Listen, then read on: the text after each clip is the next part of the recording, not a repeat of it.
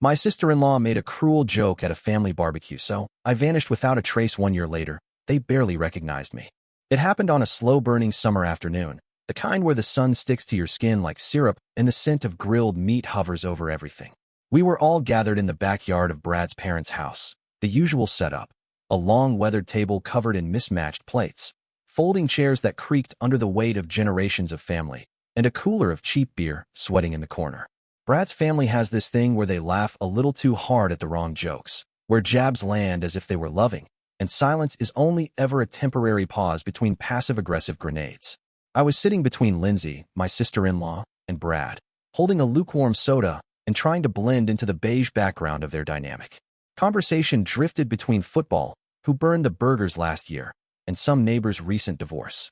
I was barely tuned in until Lindsay turned to me with that tight, polished smile she wears like a coat of armor and said, "If you disappeared tomorrow, no one would even notice." It wasn't the words themselves. It was the timing, the perfect lull in the conversation, and the tone, so casual it might have slipped by unnoticed if it hadn't been so exact. A pause followed, just long enough to sting, and then came the laughter. Big, obnoxious, wheezing laughter. Brad chuckled too, the kind of weak, automatic response of someone who knows the joke is wrong but can't be bothered to do anything about it.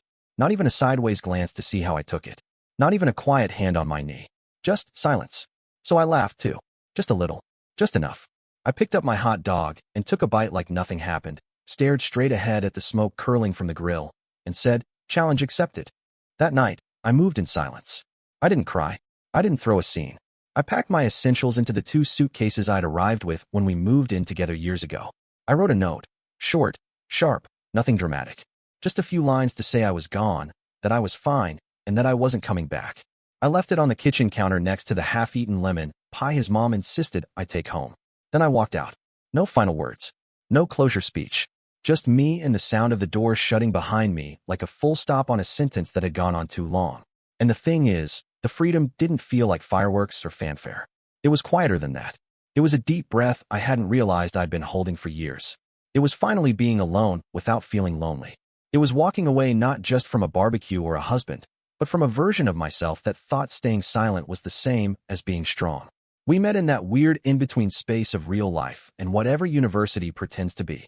Me standing behind the counter of the campus coffee shop, ink-stained fingers and exhaustion in my bones from balancing deadlines and double shifts, him in his tailored coat and watch that probably cost more than my monthly rent, ordering the same overcomplicated latte every morning with a smile that felt just a little too effortless.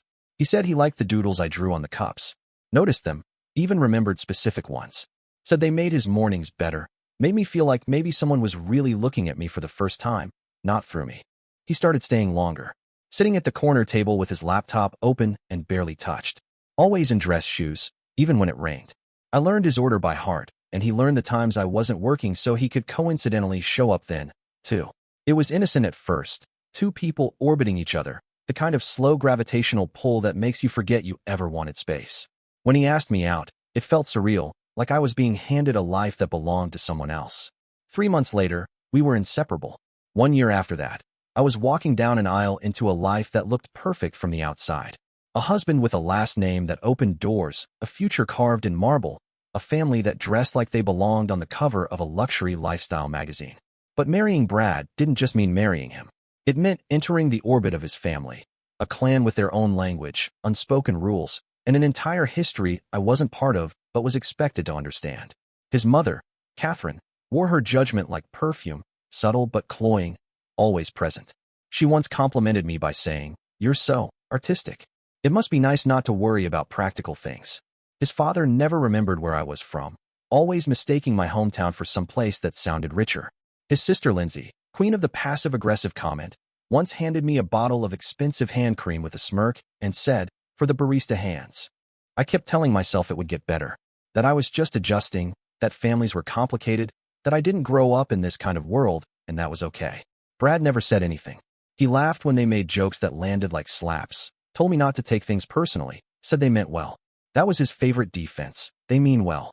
As if intention could scrub away the sting. I stopped bringing my sketchbook to family events. Stopped offering to help in the kitchen because I got tired of being corrected on things like how to fold linen napkins or which cutlery went where. I became quiet, The kind of quiet that you train yourself into like a reflex. Smile, nod, blend. Brad was different when we were alone, softer, but always distracted. He was chasing something. The approval of his father, maybe, or the illusion of control. He started working longer hours, disappearing into the world of boardrooms and golf courses. I kept creating, clinging to my work like it was the only part of me they couldn't dilute. But even that felt distant when we moved into the house his parents picked out, with furniture from catalogs I'd never even heard of and walls painted in colors that had names like Dove Whisper and Silken Gray. The thing is, you don't always notice when you're losing yourself. It's not like one day you wake up and you're someone else. It's more like erosion, a slow wearing down. 1,000 little moments where you choose silence over conflict, politeness over authenticity. I kept thinking love would bridge the gap between who I was and who they wanted me to be. But it didn't. It just made the silence between us louder. I wasn't a wife to them. I was an accessory to Brad's image, a placeholder at dinner parties, someone who could be tolerated as long as I didn't make waves. I thought I had joined a family, but I'd only joined a performance. And somewhere between the coffee machine where we met and the conference room where he spent his life, I stopped being seen. It wasn't that they were overtly cruel. That would have been easier to fight, easier to name. It was subtler than that, quieter, the kind of disdain you only recognize after it's settled into your bones. Caroline and William, Brad's parents, never raised their voices or made outright insults. No, their weapons were compliments with teeth, questions that sounded polite until you unraveled them, and smiles that didn't quite reach their eyes. From the very beginning, they treated me like a tourist in their world, someone to be observed, tolerated, even indulged, but never truly welcomed. Caroline had this way of looking at me like I was something curious, some rare object found at a boutique she wouldn't normally shop in. She'd tilt her head and say things like, "You're very creative for a designer," or "That sketch you posted on Instagram was interesting. Very you." The worst part? She said it with a tone so sweet it would rot your teeth. Like she truly believed she was being kind. Like condescension wrapped in silk somehow hurt less. William didn't say much. He was the type who sat back and let silence do the heavy lifting. But when he did speak, it landed like gravel. I remember once mentioning a big project I was working on, something I was genuinely proud of, and he nodded slowly, then said, "Well, maybe the client was drawn in by our surname." No sarcasm, just matter of fact, as if my entire career was a favor extended by proximity to their reputation. I laughed, because what else was I supposed to do? Argue? Make it awkward? Brad squeezed my hand under the table that night and whispered, "They just don't know how to express themselves sometimes." Like that made it okay. Lindsay, though, she was the real artist in the family, not with paint or pencil, but with cruelty dressed up as humor. She liked to tease me, as Brad called it, but it never felt light. It was always cutting, always just sharp enough to draw blood without leaving a visible mark. She'd show up at family dinners with new anecdotes about the things creative people believe, mocking entire swaths of my profession as if I wasn't sitting right there. Once she brought me a candle for Christmas labeled, "For freelancers," because full-time jobs are too mainstream, and winked at me like we were in on the joke together. I smiled, thanked her, and excused myself to the kitchen, where I stood by the sink for 5 whole minutes pretending to check my phone just so I didn't scream. Brad never confronted them. Not once. He'd tell me later, in the car or in bed or during quiet evenings when I couldn't stop replaying their words in my head. It's just their communication style. Like it was a language I was supposed to learn. Like I was the one being difficult for not understanding the dialect of elitism, the passive-aggressive idiom of people who had never needed to defend themselves from anything in their lives. But the thing that hurt the most wasn't their coldness. It was the constant sense of being a guest in a life I was supposed to call my own. Holidays where I sat at the table but never felt part of the toast. Conversations that moved around me like water around a stone. Jokes where I was always the punchline or the outsider pretending to laugh along. They never raised their voices or slammed doors. They didn't need to. Their rejection came with perfect posture and a glass of wine. And Brad, always loyal to their version of normal, never once made them pause. I wasn't family.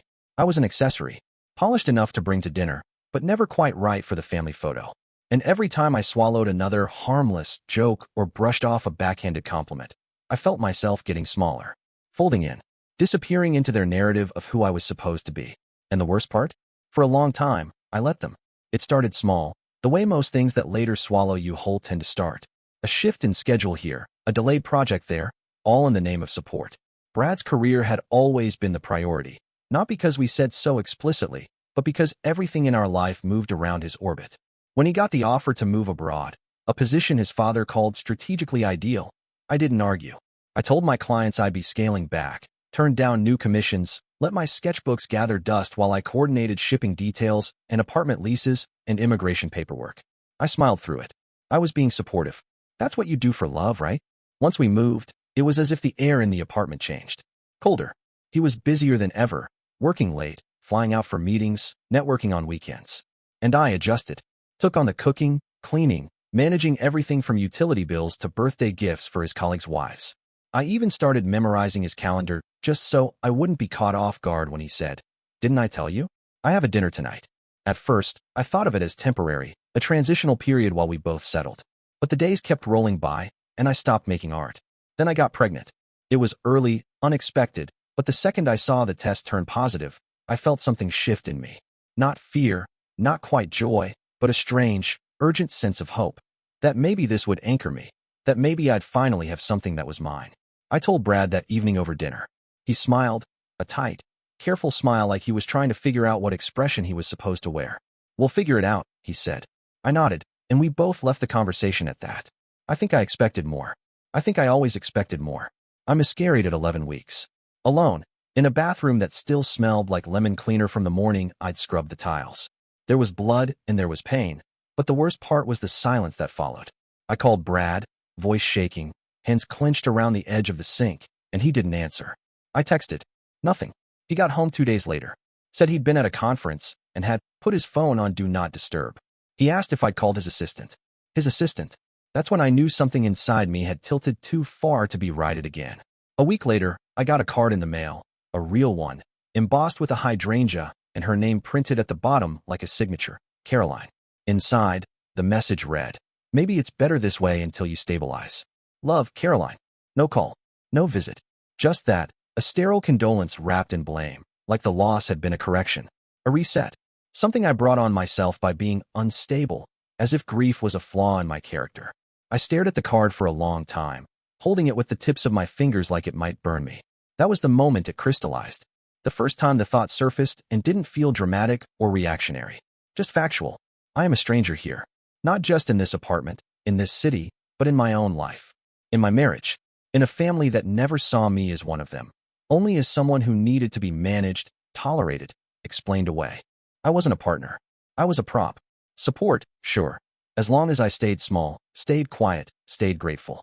And I had folded myself into every shape they needed, convinced myself that this was love.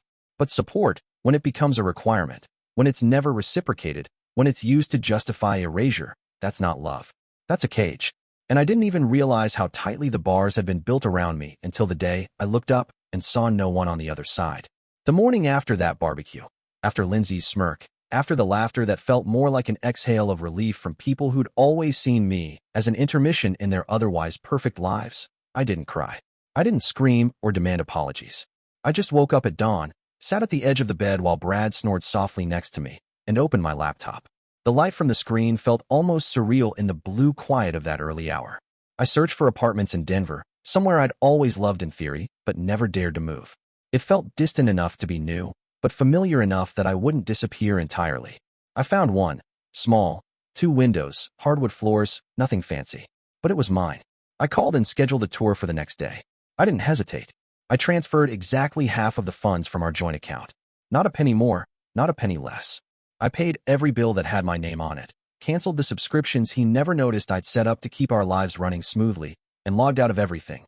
Utility portals, grocery apps, calendars I'd color-coded to keep his world organized. I left it all behind. My sister drove in that afternoon with my best friend. We didn't talk much. They both knew better than to ask if I was sure. We packed methodically, one suitcase with clothes, one with art supplies, and my laptop. I didn't need more. The wedding album stayed on the shelf. I left the framed photos on the hallway walls and the coffee mugs I designed when we first moved in.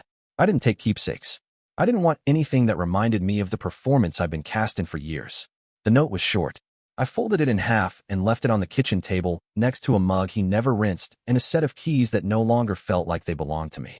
It said, "I'm gone because I can no longer be invisible." No explanations, no farewell. Just facts. We drove out of the neighborhood in silence, the kind that feels sacred. I watched the cul-de-sacs blur past the window, houses with manicured lawns, all variations of the same script. Two-car garages, porch lights on timers, lives curated to perfection. My chest felt lighter with every block we passed. I didn't feel brave or reckless. I felt awake. For the first time in years, I felt like the volume of my life had been turned back up. By the time the highway signs pointed toward Denver, I wasn't second-guessing anything. I didn't look back. I just stared straight ahead, hands clenched around the seatbelt, heart pounding with something that finally felt like living. The apartment in Denver was nothing special on paper. One bedroom, creaky floors, an ancient heater that groaned louder than it worked, but it was mine.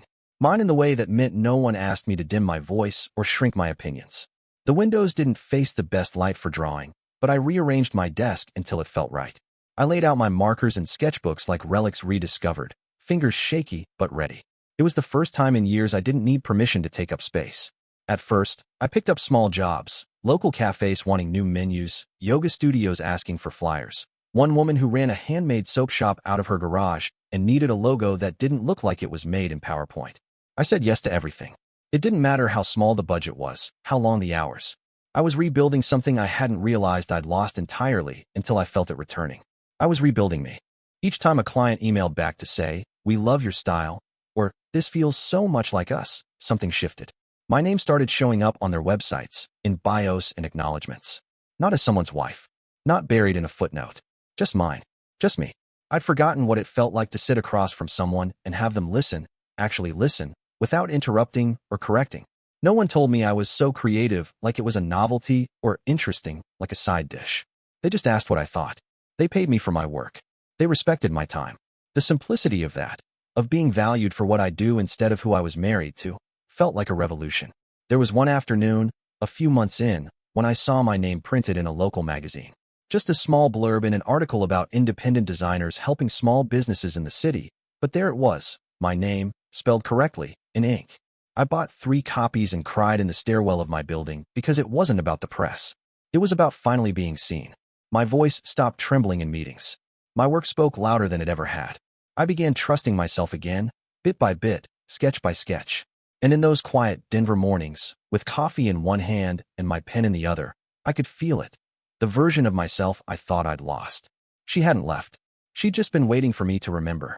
When the email arrived inviting me to be the lead designer on a new national project, I read it twice just to be sure it wasn't a mistake. It was a rebranding campaign for a mid-tier tech conglomerate rolling out a sustainability initiative across multiple states. It was the kind of project that would have once felt miles out of reach, something my past self might have dreamed about while sitting at a family dinner table, half listening to Lindsay talk about her vacation while pretending not to flinch every time someone said, "Well, your little art thing is cute." But this wasn't a dream. It was real. It was mine. The weeks leading up to the launch were brutal in the best way. Long nights, client calls across time zones, mock-ups and presentations, and 1,000 tiny decisions that all added up to something that, for once, didn't feel like compromise. My name was on every document. My voice was the one making final calls. And no one questioned whether I deserved to be there. It wasn't until a week before the gala that I found out who was behind it all. I was reviewing a vendor contract and saw the holding company listed at the bottom, a subsidiary of Brad's family business. My heart stuttered for half a second, just enough to register the name, and then it steadied. I didn't flinch. I didn't freeze. I just closed the file and got back to work. Because by then, I'd already learned something important. Power feels different when it's yours. The gala was held in one of those restored historic buildings in downtown Denver. All vaulted ceilings, glass chandeliers, and far too many polished surfaces. I wore black, understated, elegant. My team buzzed around backstage, checking screens, double confirming the slide deck, making sure everything looked exactly the way we wanted it to. When they handed me the mic, I didn't hesitate. I stepped out under the lights, onto the stage, into the space I had earned. I was halfway through my presentation, discussing the design philosophy, walking through our choices, explaining why it mattered, when I saw them. Front row, just left of center. Brad's posture was rigid, his jaw tight, his eyes locked on me like I had just materialized out of a story he thought was long buried. Caroline sat beside him, hands perfectly folded in her lap, her smile stretched tight like it was stitched into place. And Lindsay, always the first to speak, always the loudest, sat in complete, stunned silence. I didn't pause. I didn't stammer. I kept talking. Because I wasn't speaking for them. I was speaking for the client, the audience, the work, and most of all, for myself. Every word felt like a reclamation. Every slide was proof that I had not only survived, but evolved. That I had built something they couldn't touch, couldn't own, couldn't smother into silence. When the applause came, I took it all in. Not because they were watching, but because I had earned it. Because it wasn't their name on the banner, or their legacy printed on the program. It was mine. And in that moment, standing on that stage, bathed in light, wearing a name they'd once tried to reduce to an afterthought, I realized I wasn't just visible again. I was undeniable. Brad and I talked a few days after the gala. It wasn't planned. He asked for a moment alone, and I agreed, not out of sentiment, but because closure deserved the courtesy of being spoken aloud. We sat in the lobby of the hotel where the presentation had taken place, across from each other in armchairs too expensive to be comfortable. He looked thinner, not in the physical sense, but like a version of someone I used to know, a photograph left too long in the sun. He didn't apologize at first. He just sat there, turning his wedding band, still on, I noticed, in slow, nervous circles. Then he said it, quietly, without fanfare. I didn't see how they were destroying you. It was easier not to notice. It landed like a soft thud. I believed him. Not because I wanted to, but because I understood that kind of cowardice, the convenience of silence, the safety of pretending everything's fine if you just don't look too closely. But belief doesn't build bridges, not anymore. I looked at him and saw not the man I married, but a man I had once loved in spite of how much he let me disappear. I didn't go back. I didn't waver. I had outgrown the need to explain why. Later that evening, I crossed paths with Lindsay. She swept into the room in a cloud of perfume and performative charm, her voice bright and brittle. "You disappeared exactly a year ago," she said with a grin, like we were catching up at brunch, not standing on the edge of an entire unspoken reckoning. I didn't smile. "Yes," I said, and for the first time, I felt like I existed. She blinked, stunned for a breath, her mouth curling into a shape she couldn't quite decide on. Part amusement, part discomfort. And then she walked away. Not another word. That was the last moment I needed. No dramatics. No grand finale. Just the quiet understanding that these people, once my orbit, once my mirrors, were no longer the ones I measured my life against. They weren't villains or monsters. They were just people. Flawed, limited, human. And they no longer held the power to write my story. In Denver, I built a life that fits me. A life where I am heard, where I sign my name without hesitation, where no one erases me in rooms I helped build. I speak louder now, not because I have something to prove, but because I know what silence costs. So I ask you, have you ever stepped away from a life where you felt invisible? What did it take for you to choose yourself? And when you finally walked out, what did the world look like on the other side?